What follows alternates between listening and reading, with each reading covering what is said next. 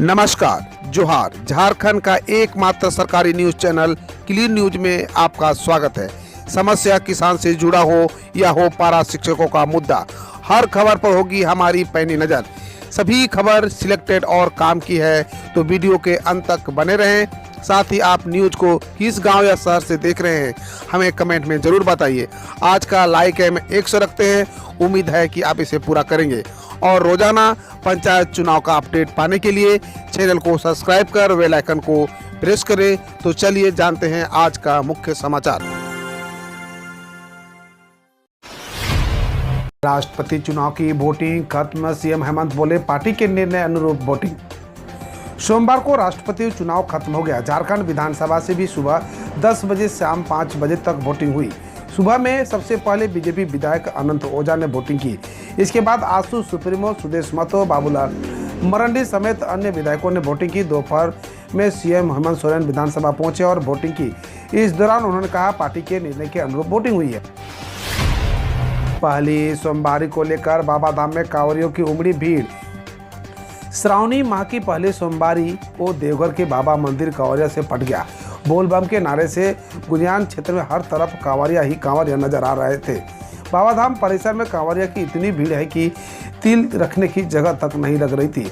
सुरक्षा और सुविधा के लिहाजा से जिला प्रशासन पहले से ही मुस्तैद है। पहली सोमवारी को करीब 2 लाख कांवरियों के आने का अनुमान है।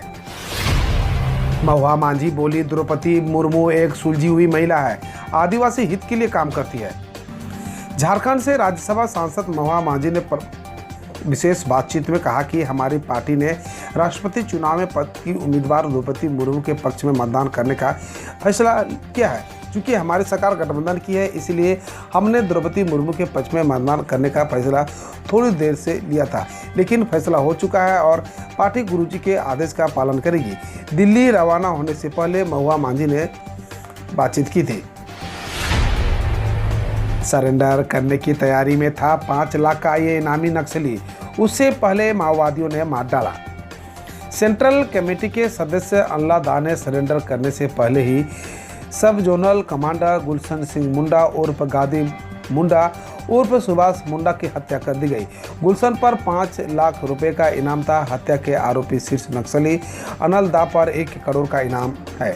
यह जानकारी पुलिस मुख्यालय और स्पेशल ब्रांच के अधिकारियों को मिली है। हालांकि सबको बरामद नहीं होने के कारण पुलिस अधिकारियों ने अभी इसकी आधिकारिक पुष्टि नहीं की है। शहरों को गंदा किया तो देना होगा भारी जुर्माना, झारखंड नगर विकास विभाग ने जारी किया नियम। राज्य के शहरों में खुले में नल मूत्र त्याग और कचरा फेंकने पर पूरी तरह से प्रतिबंध लगा दिया गया है। साथ ही प्रतिबंध का उल्लंघन करने पर आर्थिक दंड का प्रावधान किया गया है। नगर विकास विभाग ने सभी नगर निकायों को शहरों को साफ व स्वच्छ बनाने का निर्देश देते हुए उक्त प्रावधान को कड़ाई से लागू करने को कहा है। शहरों में गंदगी फैलाने पर 50 रुपये से लेकर 2500 रुपये से दंड का प्रावधान है। विशेषकर मकान दुकान के बाहर डस्टबिन नहीं रखने पर 1000 रुपये का जुर्माना वसूलने को कहा गया है। झारखंड राज्य अराजपत्रित महासंघ 24-25 सितंबर को रांची में करेगा महासम्मेलन, सरकार के सामने रखेगा मांग। झारखंड राज्य अराजपत्रित महासंघ आगामी 24-25 सितंबर को रांची में महासम्मेलन का आयोजन करेगा। इसकी रूपरेखा रांची भू बंदोबस्त कार्यालय परिसर में आयोजित बैठक में तैयार कर ली गई है। इस बैठक का संचालन महासंघ के महासचिव रामाधार शर्मा ने की और अध्यक्षता साथी नवीन चौधरी ने की। सीएम खनन लीज मामला में हेमंत सोरेन की याचिकाओं पर सुनवाई के लिए सुप्रीम कोर्ट तैयार, हाईकोर्ट फैसले को दी है चुनौती।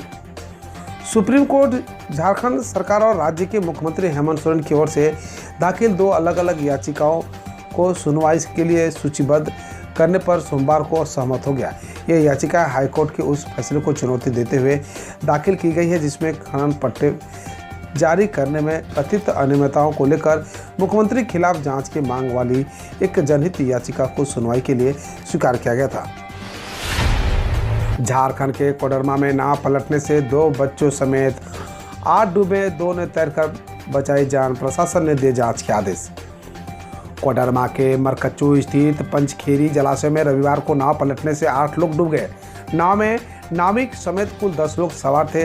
नाव पलटते ही नाविक और एक अन्य ने तैरकर अपनी जान बचाई, जबकि 8 लापता है। उनकी तलाश के लिए एनडीआरएफ की टीम लगाई गई है। हादसे के शिकार लोग गिरिडीह जिले के राजधनवार थाना के केतो गांव के निवासी हैं।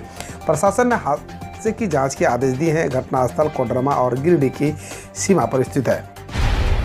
केंद्रीय मंत्री पीयूष गोयल फिर से राज्यसभा में सदन के नेता नियुक्त किए गए। राज्यसभा के सभापति एस वेंकैया नायडू ने सोमवार को राज्यसभा में बताया कि केंद्रीय मंत्री पीयूष गोयल को उच्च सदन यानी राज्यसभा का नेता नियुक्त किया गया है। उन्होंने कहा कि इस संबंध में संसदीय कार्य मंत्री प्रहलाद जोशी की ओर से उन्हें एक पत्र भी मिला है। गौरतलब है कि इससे पहले भी गोयल राज्यसभा में सदन के नेता थे। भारत में मिला मंकी पॉक्स का दूसरा मामला। केरल की स्वास्थ्य मंत्री बीना जॉर्ज ने बताया कि राज्य में मंकी पॉक्स का एक और मामला मिला है। राज्य के स्वास्थ्य विभाग के अनुसार देश में मंकी पॉक्स का यह दूसरा मामला कन्नूर जिले में मिला है। इससे पहले यूएई से केरल आया एक यात्री मंकी पॉक्स से संक्रमित मिला था और वह देश में मंकी पॉक्स का पहला मरीज बना था। सरकार बोली 25 किलो से अधिक के प्री पैक्ड व लेबल वाले खाद्य पदार्थों पर नहीं लगेगा कोई जीएसटी। वित्त मंत्रालय ने स्पष्ट किया है कि 25 किलोग्राम से अधिक वजन वाले अनाज और दाल जैसे प्री पैक्ड और लेबल वाले खाद्य पदार्थों से सिंगल पैकेज पर कोई जीएसटी नहीं लगेगा। बकौल मंत्रालय, अगर कोई दुकानदार किसी मैन्युफैक्चरर से 25 किलोग्राम के पैक में खरीदे गए सामान को कम मात्रा में बेचता है तो उसे पर जीएसटी नहीं देना होगा। एमपी बस हादसे में मरने वालों की संख्या 13 हुई। महाराष्ट्र सीएम ने किया मुआवजे का ऐलान। मध्य प्रदेश के धार में सोमवार को हुई बस दुर्घटना में मरने वालों की संख्या बढ़कर 13 हो गई। वहीं महाराष्ट्र के मुख्यमंत्री एकनाथ शिंदे ने मृतकों के परिजनों के लिए 10 लाख के मुआवजे का ऐलान किया। दरअसल नदी में गिरने वाली बस महाराष्ट्र की एसटी कॉर्पोरेशन की थी, जो यात्रियों को इंदौर से पुणे ले जा रही थी। वित्त मंत्री सीतारमण बोली, आरबीआई का मानना है कि क्रिप्टो करेंसी को प्रतिबंध किया जाना चाहिए। वित्त मंत्री निर्मला सीतारमण ने लोकसभा में बताया है कि आरबीआई ने क्रिप्टो करेंसी के लिए कानून बनाने का सिफारिश की है और आरबीआई का मानना है कि क्रिप्टो करेंसी को प्रतिबंधित किया जाना चाहिए। उन्होंने कहा कि क्रिप्टो करेंसी की परिभाषा के अनुसार क्रिप्टो करेंसी की कोई सीमा नहीं है और नियामक मध्यस्थता को रोकने के लिए अंतर्राष्ट्रीय सहयोग की आवश्यकता है। राष्ट्रपति चुनाव में ओडिशा के मुस्लिम कांग्रेस विधायक ने दिया द्रौपदी मुर्मू को वोट। ओडिशा के कांग्रेस विधायक मोहम्मद मुकीम ने राष्ट्रपति चुनाव में सोमवार को एनडीए की उम्मीदवार व ओडिशा निवासी द्रौपदी मुर्मू को वोट दिया। मुकीम ने कहा कि यह मेरा निजी फैसला है। मैंने अपने दिल की आवाज़ सुनी जिससे मुझे अपनी धरती के लिए कुछ करने के लिए प्रेरित किया और मैंने उन्हें यानी द्रौपदी मुर्मू को वोट दे डाला।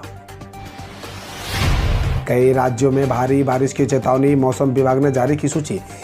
भारत मौसम विज्ञान विभाग ने 18 से 20 जुलाई के बीच हिमाचल प्रदेश, उत्तर प्रदेश, महाराष्ट्र, उत्तराखंड, पूर्वी राजस्थान और पश्चिम मध्य प्रदेश में बहुत भारी बारिश की भविष्यवाणी की है। वहीं 18 से 21 जुलाई तक अरुणाचल प्रदेश, असम और मेघालय में भी बहुत भारी बारिश की संभावना है। आईएमडी ने निचले इलाकों में सड़कों पर जल भराव की चेतावनी दी है। अखिलेश बोले, जीएसटी मतलब गई सारी तनख्वाह, लस्सी दही जैसी चीज़ों पर जीएसटी लगने पर। सपा प्रमुख अखिलेश यादव ने ट्वीट किया है, आज से आटा, दही और पनीर से लेकर ब्लेड, शार्पनर, एलईडी, इलाज सफ़र पर जीएसटी के मार आम जनता पर पड़ी है। उन्होंने लिखा है कि जीएसटी का नया मतलब सामने आया है, गई सारी तनख्वाह। दरअसल आज से लस्सी व दही जैसे प्री पैक्ड सामानों व अनाज समेत अन्य पैक्ड उत्पादों पर जीएसटी लागू हुआ है। कल से हुआ जीएसटी की नई दरें लागू होने के बाद कौन सी चीज़ें और कौन से हुई सस्ते। 18 जुलाई से बैटरी पैक और बिना बैटरी पैक वाले इलेक्ट्रॉनिक वाहनों पर 5% की रियायती जीएसटी दर बनी है और रहेगी। ट्रक और माल ढोने वाले वाहनों इसमें ईंधन की लागत शामिल है को किराए पर लेने पर 18% की बजाय 12% जीएसटी लगेगा। वही सीमेंट जैसे ऑर्थोपेडिक उपकरणों और रोपवे से यात्रियों के सामान को लेकर आने जाने पर जीएसटी घटकर 5% होगा। सदन में खुले मन से संवाद, वाद विवाद होना चाहिए। मानसून सत्र की शुरुआत से पहले पीएम बोले। प्रधानमंत्री नरेंद्र मोदी ने सोमवार को मानसून सत्र की शुरुआत से पहले संबोधन में कहा कि वह सदन को संवाद का सक्षम माध्यम मानते हैं, जहां खुल के मन के संवाद, वाद विवाद और आलोचना होनी चाहिए। उन्होंने कहा, सदन में उत्तम प्रकार का विश्लेषण हो ताकि नीति निर्णयों में सकारात्मक योगदान हो सके।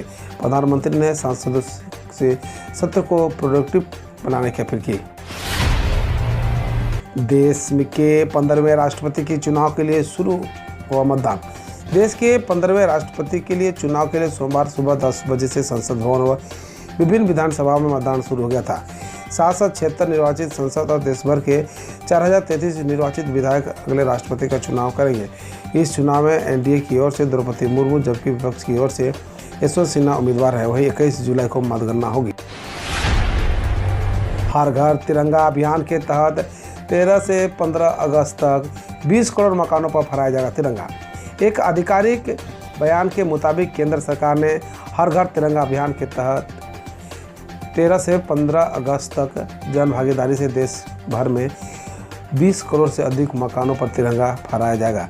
बकौल बयान इसमें सरकारी और निजी प्रतिष्ठान भी शामिल होंगे। बयान के अनुसार इस अभियान में 100 करोड़ से भी अधिक लोग भाग लेंगे। हम रोज ऐसे ही न्यूज लाते रहेंगे, तो यदि आपने अभी तक क्लीन न्यूज को सब्सक्राइब नहीं किया है तो पहले फटाफट सब्सक्राइब कर लें, साथ ही बेल आइकन को दबा दें ताकि कोई अपडेट मिस ना हो।